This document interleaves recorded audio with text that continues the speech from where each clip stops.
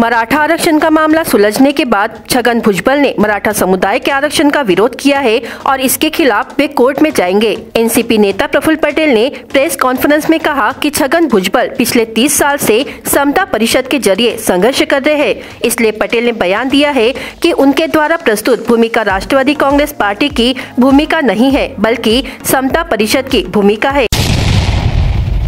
राष्ट्रवादीचा मत फार एकदम स्पष्ट आहे की मराठा समाजाला आरक्षण मिळालं पाहिजे। मराठा समाजाच्या मागासपणाचा सिद्ध करण्यासाठी आयोग जे नेमला गेला आहे त्याचा आजही उल्लेख शिंदे समितीचा झाला, तेही पूर्ण काम त्याचं झालं पाहिजे। कारण आजच्या निर्णयामुळे कुणबीचे सर्टिफिकेट असलेले नोंद असलेलेच लोकांना मिळणार आहे, बाकीचे कोणी जे नसेल ते त्यांनाही मिळालं पाहिजे। ते सगळं आमच्या पक्षाची ही अधिकृत भूमिका आहे आणि इतरांना पण काही नुकसान न झालं पाहिजे याच्याही खबरदारी घेतली पाहिजे। छगन भुजबळांची भूमिका मराठाला देऊ नये असं नाही आहे, त्यांनी कुठेही असं त्याचा विरोध केलेला नाही।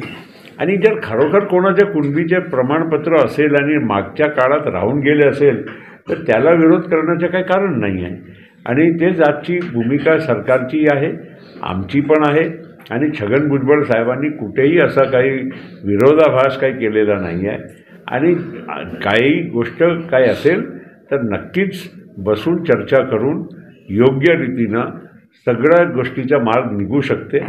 आणि त्याच पद्धतीनं महाराष्ट्र सरकारने आज एकनाथ शिंदे साहेब असो, त्यांच्यासोबत देवेंद्र फडणवीसजी असो, अजितदादा असो, सगळ्यांनी मिळून एकनाथजींनी जे मार्ग काढलेला आहे आणि जे आज ज्याच्यावर सगळ्यांचं समाधान झालेलं आहे, जरांगे पाटलांनी त्यांच्या उपोषण मागे घेतलं, सगळं म्हणजे खुशीच्या वातावरणामध्ये आज जे काही घडलं आहे वाशीमध्ये त्या गोष्टीशी, त्या भूमिकेशी आम्ही 100% सहमत आहोत। छगन भुजबळ साहेब समता परिषदच्या माध्यमातून ओबीसीच्या लढा आज नाही 30 वर्षापासून मी पाहत आहोत आणि त्यांनी जे काही आजपर्यंत भूमिका त्यांची पूर्वीची, आजची किंवा उद्याची, ते समता परिषदच्या माध्यमातून त्यांनी जेव्हा जेव्हा बोलले, राष्ट्रवादी पक्ष म्हणून कधी बोलले नाही, ते समता परिषद म्हणून ते सभा घेतात किंवा जे काही त्यांची भूमिका म्हणतात, हा एक पार्ट आहे। पण माझ्या त्यांच्या जेव्हा जेव्हा बोलणं झाला त्यांनी स्पष्ट सांगितलं की कुणबीचे दाखले जर कोणाचे असेल तर मी विरोध करण्याचं कारण काय आहे।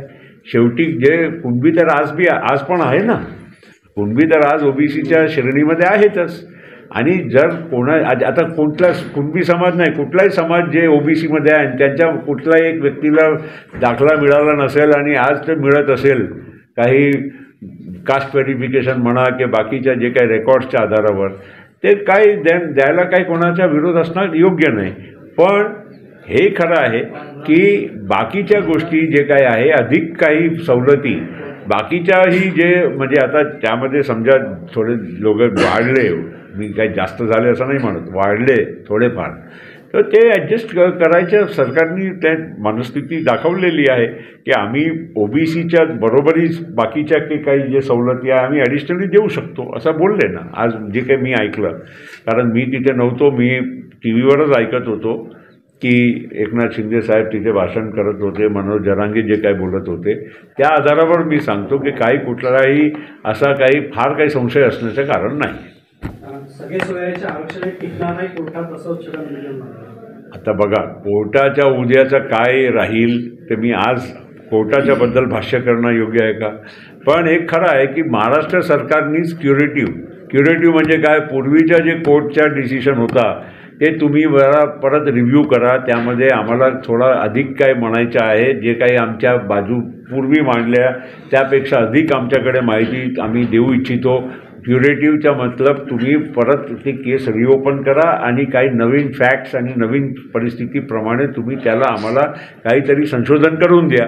हे क्युरेटिव्ह सुप्रीम कोर्टात पुढे होती, ते परवाच ऐकले गेली, 24 तारखेला बहुतेक हिअरिंग होती आणि रिझर्व्ह ऑर्डर्स आहे। आता सुप्रीम कोर्ट काय ऑर्डर देते नाही देते त्याच्याविषयी मी आज नाही बोलू शकत आणि आज नाही उद्या कोणालाही कोर्टात जायचा म्हणजे अधिकार आहे। कोर्ट काय निर्णय करेल तो विषय वेगळा आहे। भंडारा गोंदिया जिला वासियों के लिए खुशखबर है। अब आपका मनपसंद channel BS crime media news अब आपके केबल नेटवर्क पर, जी हां, अपने केबल नेटवर्क के एशियन चैनल नंबर 13 पर उपलब्ध है। BS क्राइम मीडिया न्यूज पर खेल, राजनीति, क्राइम, साहित्य व अन्य खबरें प्रकाशित की जाती है। हमारे साथ जुड़ने के लिए तथा हमारे चैनल में खबरें, विज्ञापन आदि के लिए संपर्क करें 8669151757 पर।